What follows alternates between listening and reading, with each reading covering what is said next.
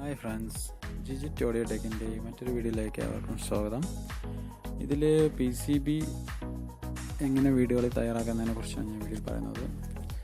അതിനായിട്ട് നമ്മൾ കമ്പ്യൂട്ടറിൽ ഞാനിവിടെ പവർ സപ്ലൈ ഡിസൈൻ ചെയ്ത് വെച്ചിട്ടുണ്ട്. അപ്പോൾ അതിനെ ലേസർ പ്രിൻ്റർ ഉപയോഗിച്ച് നമ്മൾ ഗ്ലോസി പേപ്പറിലേക്ക് പ്രിൻ്റ് ചെയ്തെടുക്കണം.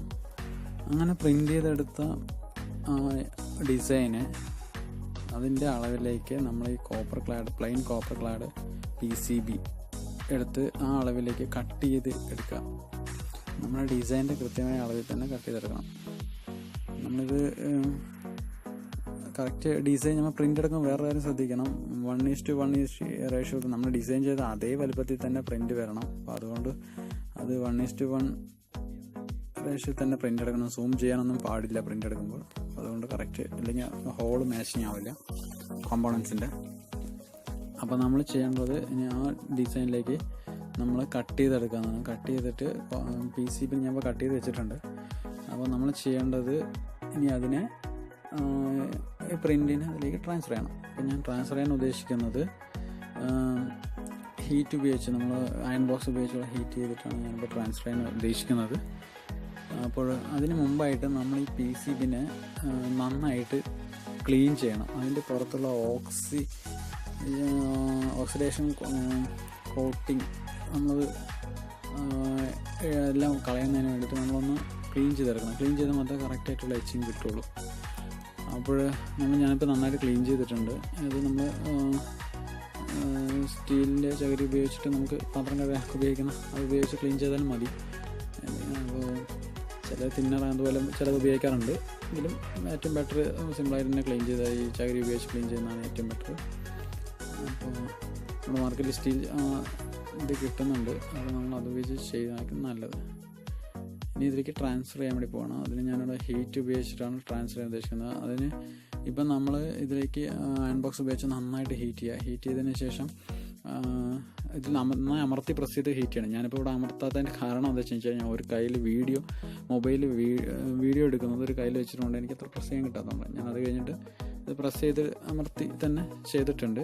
പിന്നെ അത് കഴിഞ്ഞ ശേഷം നമ്മൾ വെള്ളത്തിലിട്ടിട്ട് ഇതിനെ അലിയിച്ച് പേപ്പറിനെ എടുക്കണം. അപ്പം ഞാനിത് അങ്ങനെ എടുക്കുമ്പോൾ അതിലെ പ്രിൻ്റ് മാത്രമല്ല, ബാക്കി പേപ്പറൊക്കെ നമ്മളെ അലിഞ്ഞു പോകും. അപ്പോൾ ഞാനിപ്പോൾ ഇവിടെ ഞാനത് വീഡിയോയിൽ കാണിച്ചിട്ടില്ല, കാരണം ഞാൻ പെട്ടെന്ന് ഇത് ചെയ്യുന്ന സമയത്ത് വീഡിയോ എടുക്കാൻ വിട്ടുപോയതാണ്. അപ്പോൾ ഇനി അടുത്തത് ഇതിന് ഞാൻ പ്രിൻ്റ് മാർക്കർ ഉപയോഗിച്ചിട്ട് അത് പ്രിൻ്റ് കിട്ടാത്ത ഭാഗങ്ങളിലൊക്കെ മാർക്ക് ചെയ്ത് ഫില്ല് ചെയ്തിട്ടുണ്ട്. അപ്പോൾ നമുക്കിതിനെ ഇനി അടുത്ത് ഇതിലേക്ക് എച്ച് ചെയ്യാൻ തുടങ്ങാം. എച്ച് ചെയ്യാൻ വേണ്ടിയിട്ട് ഞാനിവിടെ ഒരു ചെറിയ പാത്രത്തിൽ ഒരു ഫെറിക് ക്ലോറൈഡ് എന്ന കെമിക്കലാണ്, അത് ഇലക്ട്രോണിക് ഷോപ്പുകൾ കിട്ടുന്നതാണ്. അതിൻ്റെ ഒരു 2 സ്പൂൺ ഉപയോഗിച്ചിട്ട് അതിൽ നമ്മൾ വെള്ളത്തിൽ മിക്സ് ചെയ്ത് ഒരു 100-150 മില്ലിയോളം വെള്ളം ഉണ്ടാവും. ആ വെള്ളത്തിൽ ഞാൻ 2 സ്പൂൺ ഫെറിക് ക്ലോറൈഡ് മിക്സ് ചെയ്ത് വെച്ചിട്ടുണ്ട്. അത് ചെറിയൊരു പ്ലാസ്റ്റിക് പാത്രത്തിലാണ് എടുത്തിരിക്കുന്നത്. അതിൽ കുറേശ്ശെ ലിക്വിഡ് ആയതുകൊണ്ട് നമ്മൾ പ്ലാസ്റ്റിക് അതുപോലുള്ള പാത്രങ്ങളായിരിക്കും സേഫ്റ്റി. മറ്റുള്ളതിന് ആ പാത്രങ്ങൾ കേടുവരുത്താനുള്ള ശക്തിയുണ്ട് ഇതിന്. എന്നിട്ട് ഇപ്പോൾ നമ്മൾ ഇതിൽ എന്താ ചെയ്യുന്നത് വെച്ച് കഴിഞ്ഞാൽ, ഹൈലി ഓക്സീകരണം നടത്തുന്ന ഒരു ലിക്വിഡാണ് ഈ ഫെറിക് ക്ലോറൈഡ് സൊല്യൂഷൻ. അപ്പം നമ്മൾ ഇതിലേക്ക് ട്രാൻസ്ഫറിങ് നടക്കാമെന്ന് വെച്ച് കഴിഞ്ഞാൽ കോപ്പറിനെ ഓക്സീകരിച്ച് ഇല്ലാതാക്കുകയാണ് ചെയ്യുന്നത്. അലിയിച്ച് കളയാണ്, അതിലേക്ക് ലയിപ്പിക്കാം. അപ്പോൾ നമ്മുടെ പ്രിൻ്റുള്ള ഭാഗം മാത്രമേ ഇപ്പോൾ ഒരുവിധം പോയിട്ടില്ല, ബാക്കി എല്ലാ ഭാഗങ്ങളും അതിലേക്ക് അലിഞ്ഞു ചേർന്നിട്ടുണ്ട്. ഇനി കുറച്ച് സമയം കൂടി നമുക്ക് വെച്ചിട്ട് ഇതിങ്ങനെ ഇളക്കി കൊടുക്കണം. ഇളക്കി കൊടുക്കുമ്പോൾ നമുക്ക് പെട്ടെന്ന് ആവുന്നതിന് വേണ്ടിയിട്ടാണ് ഇങ്ങനെ ചെയ്യുന്നത്. ഒരു 20 മുതൽ അരമണിക്കൂർ വരെ ഈ പ്രോസസ്സിങ് നീളാം. നമ്മളിപ്പോൾ ഉപയോഗിച്ചിരിക്കുന്ന ഫെറിക് ക്ലോറൈഡിൻ്റെ ക്വാണ്ടിറ്റി കൂടുതലാണെങ്കിൽ കുറച്ചുകൂടി അല്പം പെട്ടെന്നാവും. ഞാൻ 2 ടീസ്പൂണേ ഉപയോഗിച്ചിട്ടുള്ളൂ.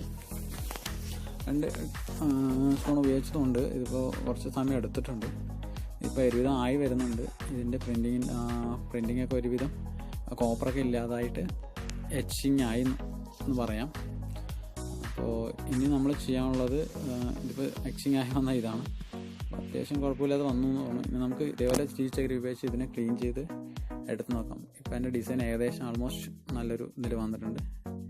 വീഡിയോ വാച്ച് ചെയ്താൽ നന്ദി. കൂടുതൽ വീഡിയോകൾക്ക് ചാനൽ സബ്സ്ക്രൈബ് ചെയ്യുക.